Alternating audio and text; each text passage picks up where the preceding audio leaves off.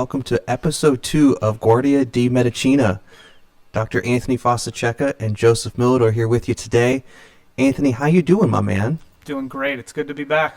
It is so wonderful to be back. We've had numerous technical issues, all of which I would say are your fault, but other than that, we've been in good shape. Yeah, we've hired a really top-tier team to take care of that for us, and it shouldn't be an issue going forward. Hired is a loose term, very loose term. All right, well, today we're going to be talking about something that is near and dear to my heart. As most people know that know me, I'm a Christian, and I firmly believe in good and evil, and I firmly believe that what we're about to talk about today is pure evil, and it's something that I feel definitely needs to be addressed in our country and is ironically specific to our country, and it's all for profit. We're going to be reviewing the number of chemicals in the U.S. Food and Drug Administration. Now, I'm going to basically try to go through a comparison side by side of what the European Union Food and Drug Administration does compared to the United States Food and Drug Administration. So with that being said, currently the U.S. Food and Drug Administration allows 10,000 food additives. And for those of us that don't know what a food additive is, it's pretty simple. All it really does is it alters the structure and the chemical composition of that food in order to either preserve it, keep it more fresh, make it more sweet, or change its appearance. Now, just taking a step back, 10,000 to me is quite a lot.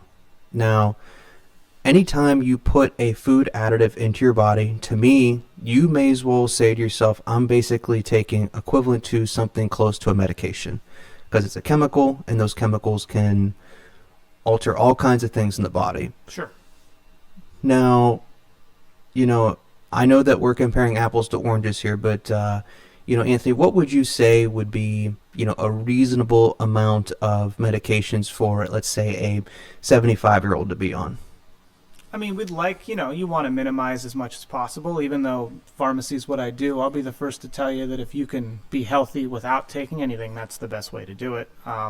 So I think the lower the better, but realistically, we're looking for 4, 5, 6 medications. Absolutely. And I completely agree, because polypharmacy is defined as 5 or more prescription drug medications. Right. And so when you start talking about 10,000 chemicals, now I understand that there goes into more that makes up a medication than simply food additives, but 10,000 chemicals, when we mix all those together, there's no way, and we're going to dive into how we don't even know how each individual additive is safe or not, but there's no way when you mix all those together that we know for sure, 100%, that we are not going to cause a side effect or a problem. It's just impossible to know. Would you agree with that? Absolutely, and there are a lot of medications that even, like you need certain amounts of vitamins and minerals and stuff for them to work at appropriate levels. And so diet can alter how these things work as well. I mean, warfarin, for example, is a pretty specific example, but your diet impacts how warfarin works in your body. That it makes all the difference. So there's so many different variables that I think it's really hard to actually nail it down. But the more variables you introduce, obviously, the higher the possibility of some sort of an interaction. Yeah, 100%. And we're going to get into specific examples of how some of these food additives affect the gut inflammation. And think about what that does when you're trying to take a medication and that's trying to get processed in the body, to go through first pass metabolism, to go through second pass metabolism. Well, if you're altering your gut microbiome by altering the inflammation, you're automatically getting a different metabolite than you would be expected to be getting. Right, and a different amount, yeah. And so it's just truly alarming, in my opinion. Which is, I'm really glad we're touching this right now, because I know we're going to do an episode in the future about like nutrition and supplementation, and I think there's a lot that people can do in their everyday life, just small changes that can make giant differences. And so I'm glad we're touching on this kind of stuff too. 100%. So getting into it, like we talked about, 10,000, I'm going to repeat that, 10,000 food additives allowed by the U.S. FDA. And once again, a food additive is defined as a chemical that will alter the structure, chemistry, appearance of that specific food item. Now, this is where things kind of get scary. There's something called GRAS, and this is very important for us to all understand. GRAS stands for generally recognized as safe. There are 1,234 chemicals that has been allowed by the US FDA since 1998 as generally recognized as safe. 1,234 chemicals recognized as generally safe. What this means is this is essentially a special exemption allowed by the US FDA for these companies that make that specific food additive to go straight to the market with no oversight from the FDA themselves.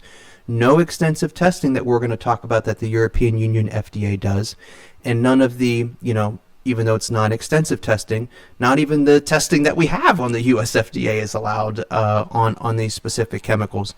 And to me, that is extremely disappointing.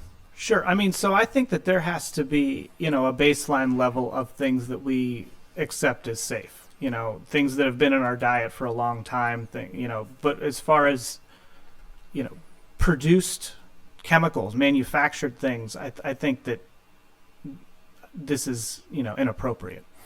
It's grossly inappropriate. And to give us an example of how grossly inappropriate it is, the European Union FDA allows 330 food additives compared to our 10,000. Compared to our 10,000. So 330 seems like a reasonable number. When you think about what these things are really designed to do to kind of preserve shelf life and this and that, 330 seems like an appropriate amount just on the surface. And so you start to ask yourself, well, these 10,000, what is the goal of these 10,000? Is the goal to make the food, and one can argue, more addictive? Is the goal to make the food last longer on the shelves? That way you have to make less product that lasts for a longer period of time. And what does that do to the body chemistry? I know 100%, it has been extensively studied that sugar is essentially can be equivalent to a drug in terms of addictiveness. You can have somebody that binge eats because of the sugar, and just like you can have somebody that binges on alcohol. So when you make these things enhanced and more addictive, it's just going to become more and more dangerous. And I think part of that's at play. I think part of it is people just want to make as many food additives as possible to make also as much money on each specific food additive. And then, like we talked about before, you start to combine all of these together where you have these interactions between these 10,000 chemicals. That's crazy. Polypharmacy, like I said, is defined as 5 or more because we don't know what the interactions are between, 1, 2, 3, 4. We stop knowing what the interaction composition is going to be at 4 drugs together at once. How are we going to know the interaction between 10,000 chemicals at once? We have no idea. And that's why I feel, and we're going to get into this chart, that's why I feel that we're seeing our obesity rate skyrocketing compared to the European FDA. That's why we're seeing our hypertension rate. That's why we're seeing our diabetes rate. That's why we're seeing our autoimmune conditions. All of this has to be related in some way. Right, because if you look at just, I don't know the figures off the top of my head, but as far as alcohol usage, I'm sure that the figures are roughly the same. Again, I don't know off the top of my head. When you look at diet and calorie intake, I can imagine that the U.S. might be a little bit, taking a little more calories. But again, this could be a factor, a product of what we're discussing here. And by the way, we do take in more calories. On average, the European countries take in per day for an adult 2,400 calories. We take in 3,600. Right. We take in 3,600. Now, I think a lot of that has to do, I talked about how they try to make their ultra-processed food more addictive, but I also think that has to do with that we're eating empty calories. What do I mean by that? We're eating calories that offer no nutritional value because that's what's being given to us. Right. And of course, our bodies are going to crave more of the protein, but what do we do instead? Well, we shovel more into the ultra-processed food, and then it's just a vicious cycle. And by the way, this is of no fault of the United States population. They eat the food that is given to them. And if anybody out there wants to tell me, well, the United States just eats unhealthy by choice, no, we don't. We pay into the FDA. We literally, half of their budget comes from taxpayer dollars to protect us.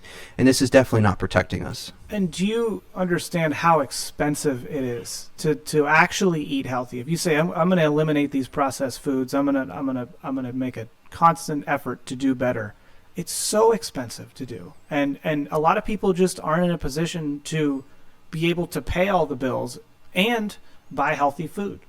Absolutely, and I know that you have a wonderful garden that you use, and you try to feed your two beautiful children with through that Definitely. garden as much as you can, and but the reality of the situation is, I'm a physician, you're a pharmacist, right? And we are very well off. We are very blessed. And over 99% of the country does not have that opportunity. We also live in, close to equivalent to a rural area. If you live in the city, even if you are well off, you don't have the ability to have a No, garden. no, not No at all. ability whatsoever. And so, when you start to add all these things together, people, the commentary in the media is, oh, well, they just need to make better choices. It's impossible. Right, right. It's all about what you have access to. 100%. So when we start to talk about food deserts and impoverished areas, I would make the argument that our whole country is equivalent to a food desert, because the majority of the time, unless you are in the top 1 to 2%, you don't have the ability or the land to make your own garden for your own resources. And then on top of that, you don't have the ability to go out and buy the healthy foods from the fresh markets or have the fresh markets available to you. So essentially, you're stuck with eating whatever the grocery store provides you, which is sometimes your ultra-processed foods, eating out at restaurants or eating at fast food places, and that's where this whole problem is starting. I mean, if we're going to tear down everything and build it back up to do it the right way, you put people in small communities that grow and raise their own food and sell them, like kind of you go back 500 years, and then that's the way that we're really supposed to eat, because that's the way that we've kind of eaten for a long time, and now it's totally different, and our bodies are not built for this. And there's no doubt, and just like other specific industries, which we've already talked about in our most recent episode with the three big conglomerates for pharmaceutical companies, there's the big food industry. There's three companies. There's Cargill, Tyson, and PepsiCo. And these companies have essentially created a pseudo-monopoly on what we can and can't eat and what are provided in the grocery stores. They dictate, and by the way, we have no idea who these people are, they dictate what is going to be given to us and what is not, especially when they have the ability to just force a food additive generally recognized as safe, not even go through testing. Well, and the sad thing to me, too, is that we have so much technology available to us that we should be able to solve this problem. We understand the way that our diet should work. We should be, it's one of the most important things about our day-to-day life. We have the technology. It's just capitalism essentially stands in the way and says this isn't the way we're going to do things, and that's really unfortunate but I think kind of shows where we are as a society and as a whole. And I couldn't agree more. I mean, the average United States government federal budget is $5.1 trillion. It's the average budget. You just look at resource allocation. There's essentially minimal resources to trying to improve our health and nutrition. Minimal resources. And that tells you all you need to know right there. That means that these big companies, that also, by the way, the pharmaceutical companies that we talked about, the big three conglomerates, they don't really necessarily want us to be healthy either, because they're making a ton of money off of the medications that they sell us, by the way. So I think there's a bunch of lobbying, and I think that overall, you can tell that the government is not paying attention to this by their actions with their money. They for sure know about it. You can't tell me they're not aware that we're the fattest country in the history of the world. They for sure know about it, and they just choose to not do anything about it. And we spend so much money on healthcare, and the thing, another infuriating thing $5.3 trillion a year on healthcare. $5.3 trillion. But you know that the federal government can't pass an audit when it comes to where does all this money go. There's billions of unaccounted dollars, and it's frustrating because as a professional, you and I are expected to keep certain records, and if not, we're liable for that. Why isn't the federal government liable? Why aren't they expected to keep track of all the money that It's incredible, because if we mess up one thing on our taxes, even inadvertently, they're going to catch us, right? Right. But yet they can do that for all the citizens. I don't know, what are we, 400 million people in the U.S. They can do that for all the citizens, but yet they can't keep track of their own budget. That doesn't make any sense. Of course they can. They just aren't being truthful with us. They're being dishonest. Exactly. Now, I want to get into the comparison about, let's assume that a chemical is not regarded as generally recognized as safe, and it is proposed to the United States FDA to allow it to be accessed to the public. It has to go through certain screening protocols, certain criteria. I want to compare the United States version of that versus the European Union version of that, and I want to start off with the European Union. And like I mentioned, they have 330 additives. The United States has 10,000. So there's a company, not a company, but there is an organization called the European Food and Safety Authority that assesses food additives in Europe.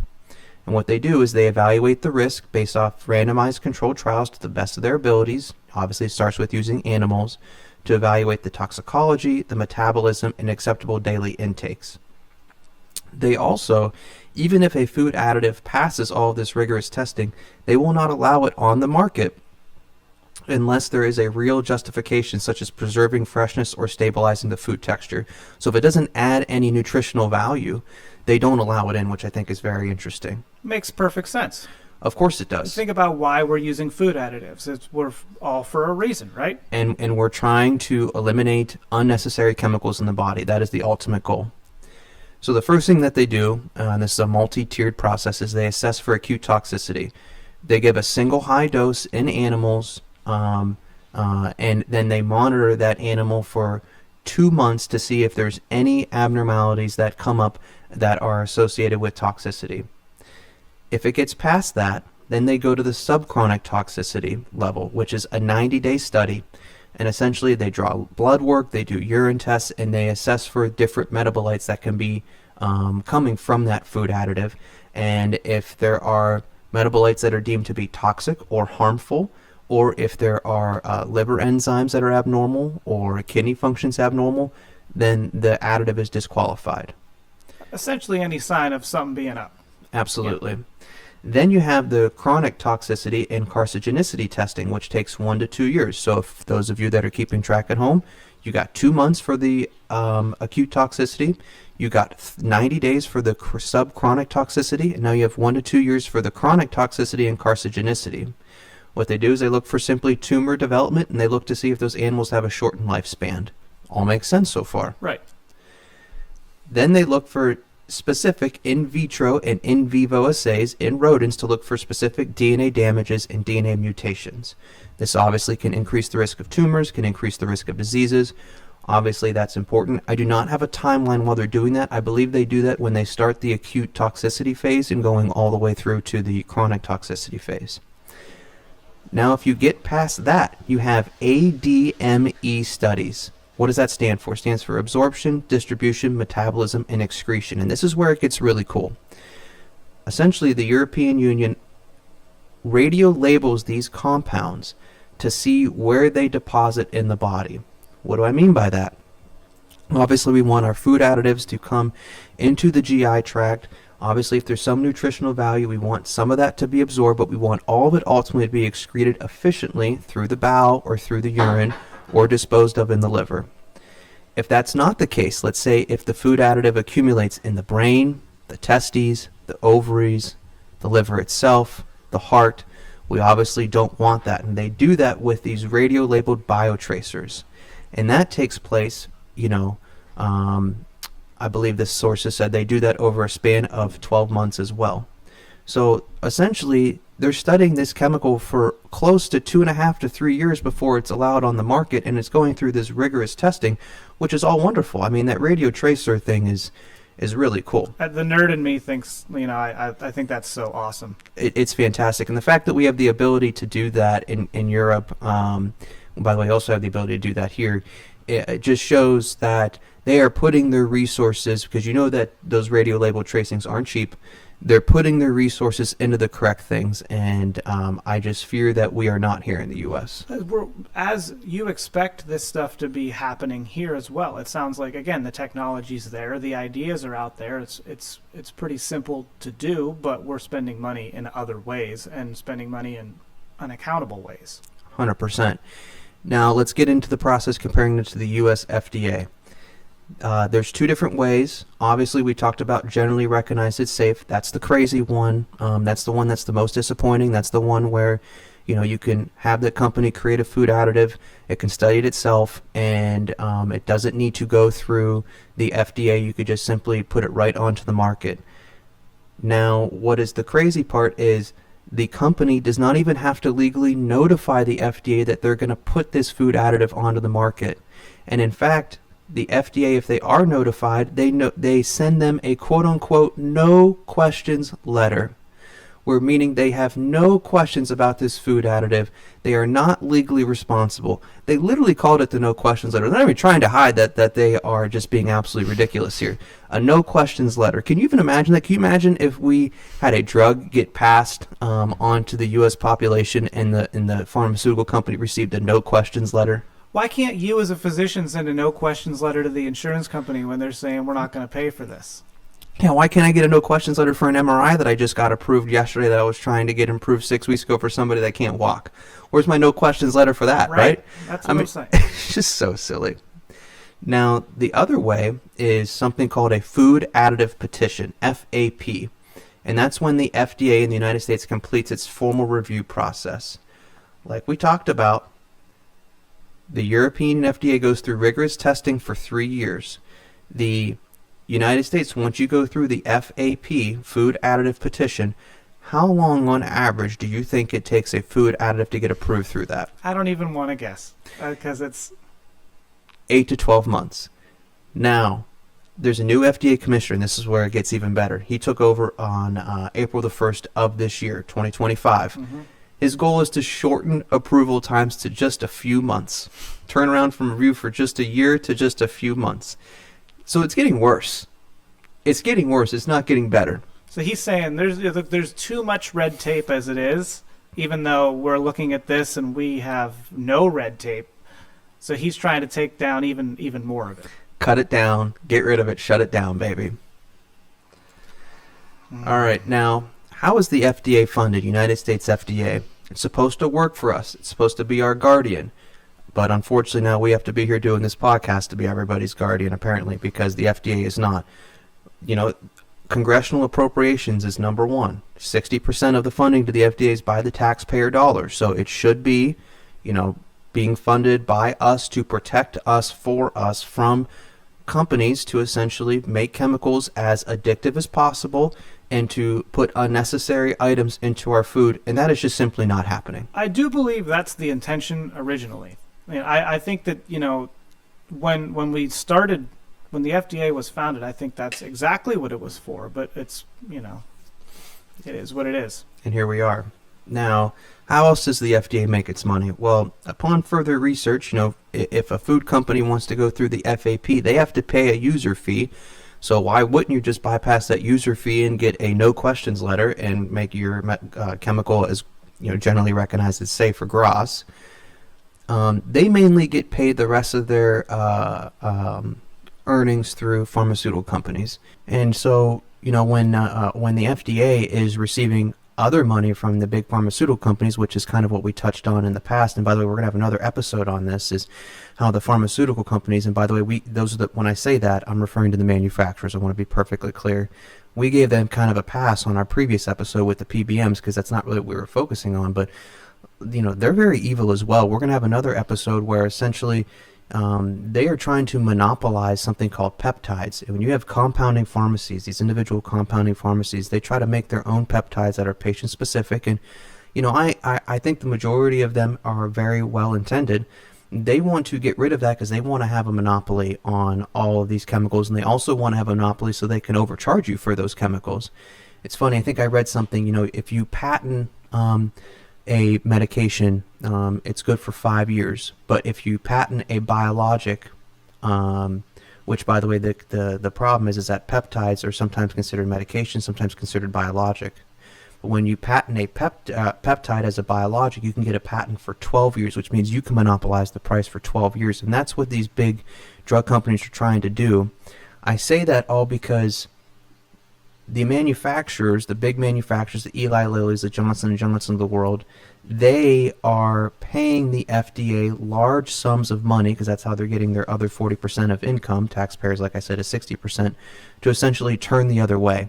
And the FDA is allowing this to happen because that's how they're getting reimbursed, which is also extremely frustrating. We're going to have our own episode on that. Sure.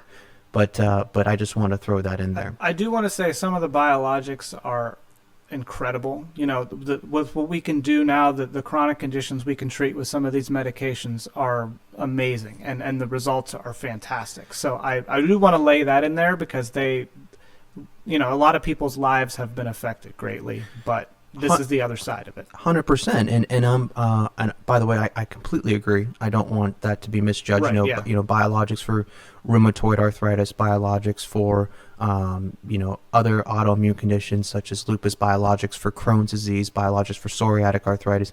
They help out people tremendously. My argument is that the big manufacturer companies are trying to overcharge us for those same medications by trying to create and eliminate their competitions from other local compounding pharmacies. Absolutely. I just wanted to lay it out there that we're not like anti these medications. Very for because them. They're incredible. This is just the part that, like you say, we want to talk about the real things that people don't talk about. So absolutely. Now, getting into, and by the way, you'll be able to see this slide, but getting into the different rates of, why we're even talking about this. So you've heard me say on numerous occasions that all these food additives are bad, this and that, and it was all kind of esoteric. Well, let's get into the real data. The obesity rate in the United States is up to 42%, and we are officially the fattest country in the world, which is insane. And you compare that to Europe, 16%. So there has to be some correlation there. There has to be something there. And I think that these number of food additives are a big, big, big reason why. I mean, it's at the very least, it's worth looking into. It's worth running the numbers. It's a contributing factor. Yeah. And at the very least, there should be people out there trying to protect us from this huge problem. Hypertension has increased from 1980 in the United States to around 23% to now over 50%. And by the way, the number of food additives have increased since 1980 to 2024 dramatically. I think it was around 1,000 or so in 1980, and we're going to get into that a little bit here more in a second. Now, this is where I think things kind of get crazy, is we also are seeing an increase in the diabetes rate. Specifically, diabetes rate, we're seeing that go from right around 6 to 7% to around 16%. We're seeing rates of autoimmune conditions increase, rates of depression increase as well. The big kicker here is United Healthcare spending. Back in 1980, when there was 1,000 additives, $237 billion. Like I just said, now as of 2024, $5.3 trillion. I can't even comprehend that jump. And if we want to know why, perhaps there's a sinister mindset here at play. It's for profit. We can see it. We sell the population the food additives, which actually is not included in that 5.3 trillion. We give them chronic disease. We give them medications to fix the chronic disease. And I shouldn't even say fix. We give them medications to chronically control or stabilize the chronic disease. And now they're on those medications for forever. This is a huge, huge problem. See, and looking at these numbers, I could say to you, like, Joe, correlation doesn't prove causation. We all can say that, and that's very fair. However, I would love to see the data on these additives, but it, like you're saying, it's just not available. They don't gather data on it. So we have to work with the numbers that we have available. And by the way, I would love to be proven wrong here. If you guys can prove, and when I say you guys, who am I referring to? I'm referring to the FDA and the federal government and the big food companies. If you guys can show me data that each individual food additive does not contribute to the obesity, hypertension, depression, autoimmune condition, and then mix them all together, and then also show me that, I would be happy to come in here and prove that I'm wrong. And I'm more than happy to bring anybody on that does have that data, that wants to discuss that and show that with me. And by the way, How I know that we don't have that and it doesn't exist, we can be monitoring our cell phones with every move 24/7, which means that we also have the ability to have access to all of these big food companies' studies. They can easily make all of those publicly available if all of their employees wore GoPro. Like I said, the United States federal budget is $5.1 trillion per year. Guess what? Just take a couple of billion of that, maybe, probably even less, give all those employees GoPros, set up a system to where anybody in the public can access and watch what the big food and drug companies are doing on their studies. It would be easy, it would be transparent, and then we would be done. I know that that's possible, but guess what? They're not going to do that because I feel that there's something sinister at play. That's just my opinion.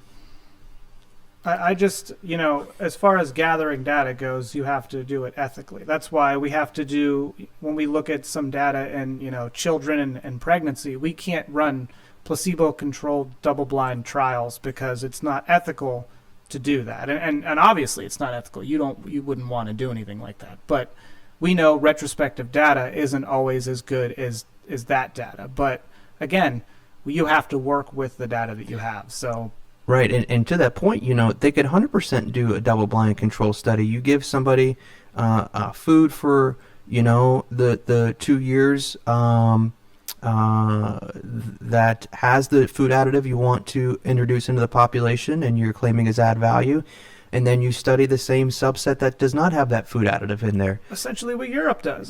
Yes. They run the right trials, but we're making jumps with these numbers because we don't have the numbers because they're not available. 100%. But I mean, it's just striking. Yeah.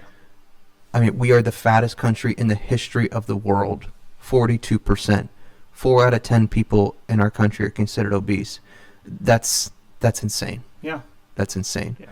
All right, now I want to go back, and this is more just me having fun and me kind of being a troll, but this is sometimes what we do. Back in 1945, the U.S. FDA, so right after World War II, they had 100 food additives. What do you think the current FDA is stating or saying about the FDA back in 1945? Do you think they're saying that they're safe or unsafe? What do we got? They are claiming that it is unsafe, not transparent, and essentially, sorry. So essentially what they're saying back in 1945 is that it is unsafe and it's not transparent, despite there being only 100 food additives available at that time. You compare the numbers to 2024 when there's 10,000. How can they say that there's 1,000 times more?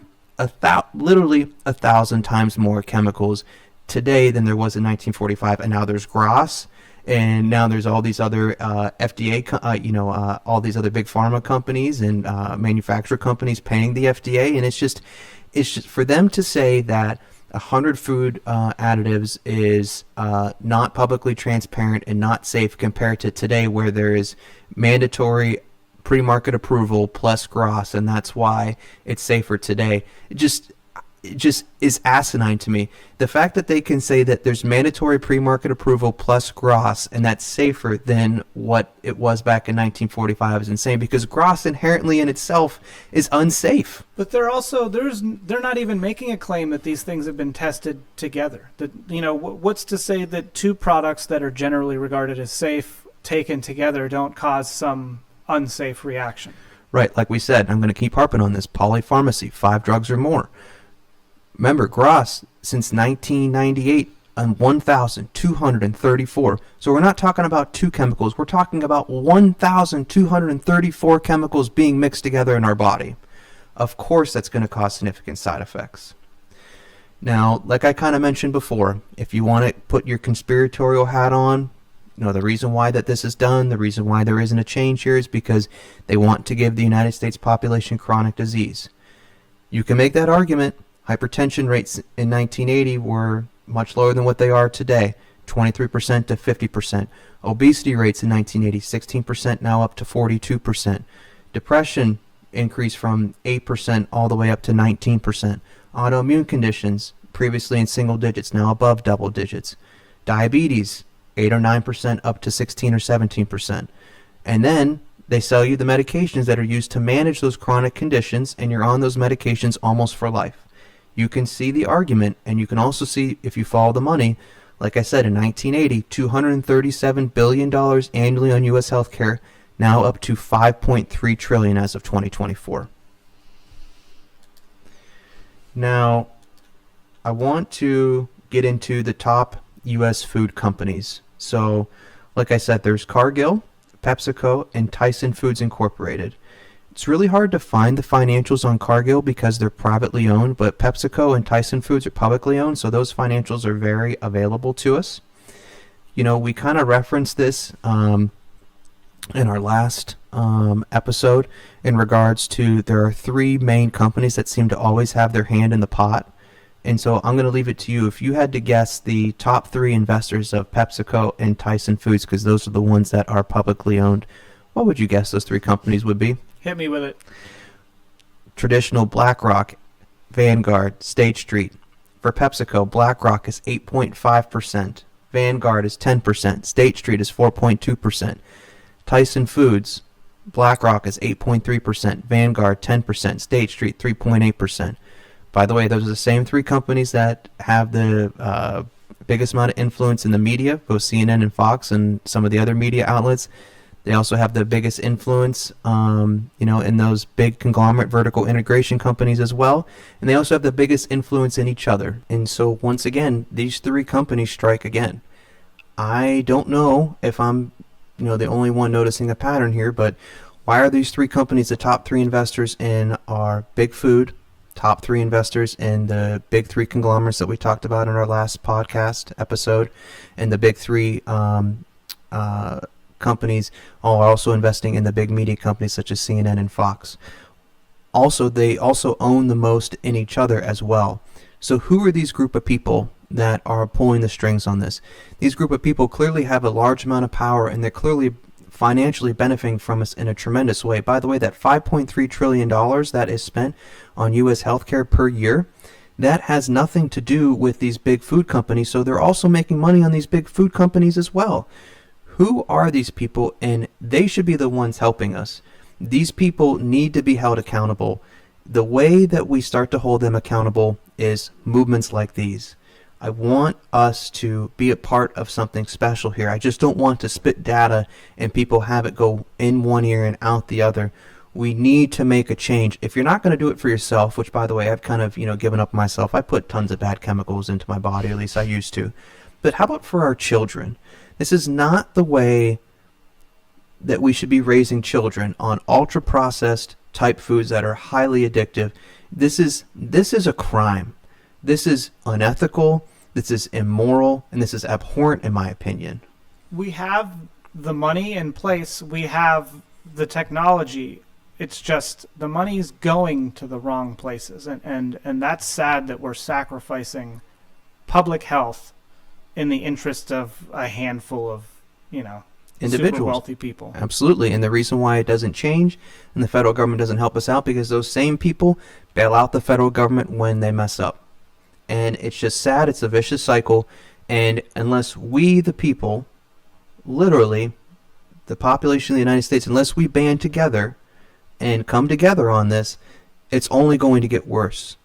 Pretty soon there's going to be 12,000 chemicals. Pretty soon there's going to be 15,000 chemicals. Pretty soon the obesity rate's going to be above 50%. By the way, our life expectancy as well, that's decreased. It's starting to decrease as well for the first time in history. We're up to 78.3 years compared to Europe's 82 years. And we're going to get into this a little bit as well in the next episode, but per capita, we spend around $15,000 per U.S. citizen per year for our healthcare. In Europe, they only spend around 3 to 4. So how are they getting better output with spending a third less of the money? And it's not just about life expectancy, length of life. And I don't have the numbers in front of me, but it's about quality of life. Those last 20 years of your life, you work in medicine. You see what happens when you don't take care of your body and you do end up living long, is that your quality of life kind of goes down pretty severely. 100%. And for those listeners out there, I want you to understand that hypertension, diabetes, obesity all increase your risk of not just heart disease, but also dementia. Yeah. And I mean, stroke, things that just, it's not about, oh, I'm going to die, I'm not going to die. Your quality of life could decrease exponentially.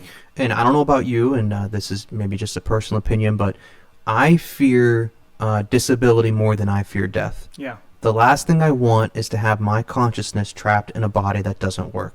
Feeling like a burden, to the people that you care about. That's awful. That is awful. And I don't have the dementia numbers in front of me in Europe, but there was a recent documentary, for those of you that have seen it on Netflix. It was about how people live to 100 in certain concentrated areas. And one of those areas was in Japan. And that same area where those people that were living to 100 also had significantly less dementia rates compared to United States per capita. And I find that very interesting, and that's something that we should try to strive for.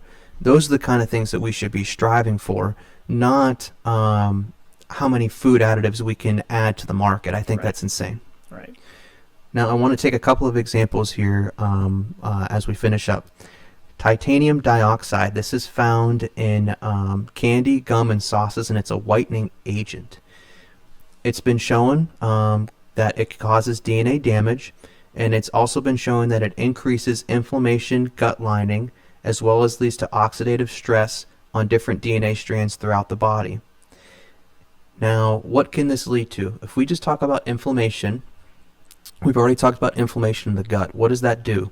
Well, for those of us that aren't in medicine, there are thousands and thousands of bacteria inside of the gut that process our foods, metabolize our foods, and they're healthy bacteria. These are, it's your gut microbiome is what they reference.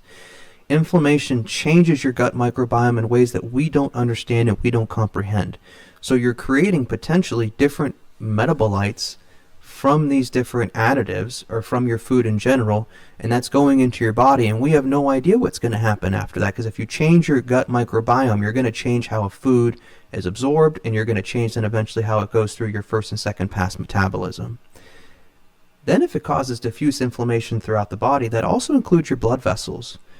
And if you have diffuse inflammation in your blood vessels, you can easily cause a plaque in the heart, in the blood vessels of the heart, in your coronary vessels, or a plaque in the blood vessels of your brain, your cerebral vasculature, to become unstable. And that's what happens. If plaques become unstable, they break, they rupture, and they completely occlude the vessels, leading to a heart attack or stroke.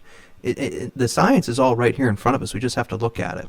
And the cherry on top with all this, for me, with this specific chemical, is what do we use this chemical for?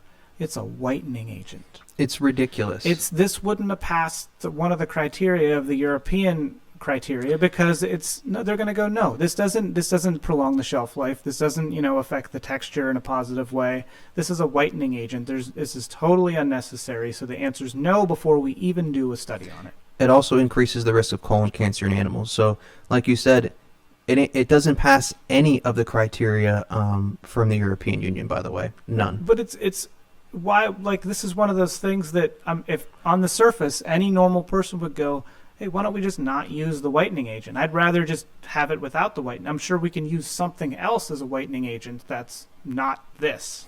Or we don't even, it's just insane. Artificial sweeteners, so sucralose, aspartame, examples like that. So sugar substitutes, these are in your diet sodas and low-calorie foods. What has it been shown to cause? It can cause metabolic disruption, which is linked specifically to glucose intolerance and then insulin resistance. So the very thing that these additives were trying to do, replace sugar, they actually are shown to be worse for you than the simple sugars.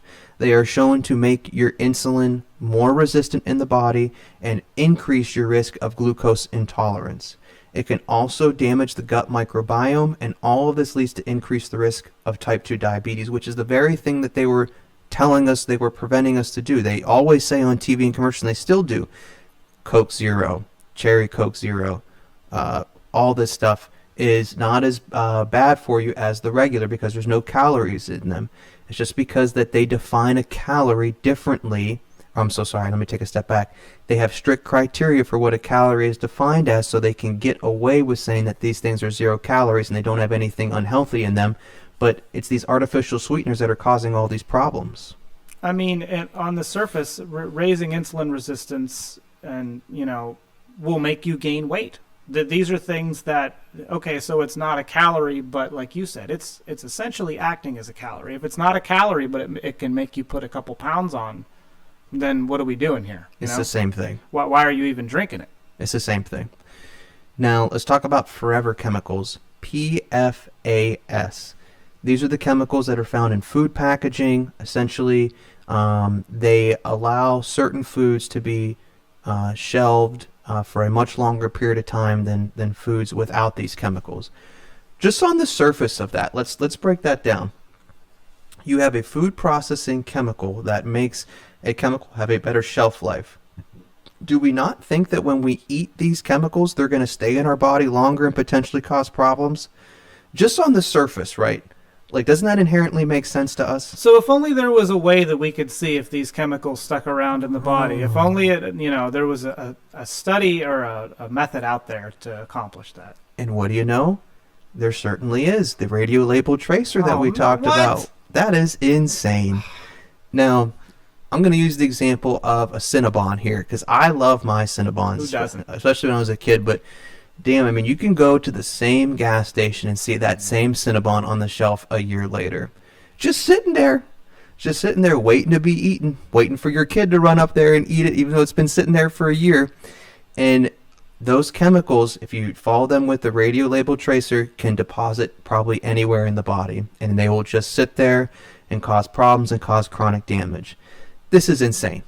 This is insane. It's all for profit. This one, there is no doubt, there's no argument that can be had that this one is not for profit because you're increasing the shelf life of the product. I mean, again, on the surface, this is, again, something that wouldn't have passed in the European Union. They literally look for this specific thing, and we don't. 100%. Now, like we always try to do, we try to have a little summary wrap-up, and what are we going to do? So, you remember our 2 criteria that we always talk about. What are we going to do personally? And then if we had a magic wand, what would we do to try to fix this? So, personally, let's start there. What are you going to do to try to help with this? So, I mean, there's only so much I can do. Like we talked about before, we have a garden, and I'd love to tell you that I feed my family from my garden every single day. I really don't. My daughter eats the cherry tomatoes, my son eats the cucumbers, and I make sauce out of the tomatoes, and I make the green beans. I do as much as I can with it, but I'm not a farmer. My wife and I both have full-time jobs. So what I want to do is more of that, but also I want to buy most of my produce from locally grown places, and I also want to buy my meat there and my eggs. That stuff is available, and I need to make a better effort myself of doing that. Because we have the freezer space, I'd love to just, throw a half a cow and a bunch of chicken in there, and then that's what I make my dinners out of. I do love to cook. So that's an effort that I personally want to make. If I could tear it all down, I think Europe does it. I think they do it the right way. 100%. For me, on a personal level, this is one of the main reasons why I started this podcast. I want to do everything in my power, and I'm not exaggerating when I say this. I do feel like the good Lord has given me a task here. I want to do everything in my power, humanly possible, to try to raise awareness, because if we, as the population, do not try to fight back, nothing is going to change. We're going to continue to be manipulated. Please, if you're listening, join us in this fight. And I don't like to promote violence in any way, but this is a battle. We have to band together. This isn't a political issue. Your health, your children's safety is not a political issue. We have to band together to try to stand up for what is right and try to bring on a change. And if we don't demand it, it is never, ever, ever going to happen. And that's part of what we're trying to do, is we're trying to be guardians of medicine, and we would like as many people to join us in that guardian realm. So please, please, please join us on that front. I just want to add one thing to that, because I love that. But I hope this hits a wide net of different professionals, different types of people, and whatever your specialty is, whatever you are passionate about, whatever you feel that you have a deep knowledge of, I want you to dive into this part of it deeper. If there's anything that intersects with what you do, we'd love to hear about it. I mean, I want to know from the experts your opinions and what you think what's going on and what can be made better. And so that's the end of episode 2. 2 big hitter topics to start off, man. This is going to be a lot of fun. I'm really excited. I love it. Hey, thanks for sticking with us, guys. It's a little bit choppy because, again, we're still dealing with some technical issues, but we're not experts in that field, so bear with us there. And we look forward to the next episode. We're going to get into how the medical industrial complex was born. And with that, we're signing off. Thanks, guys. We'll see you.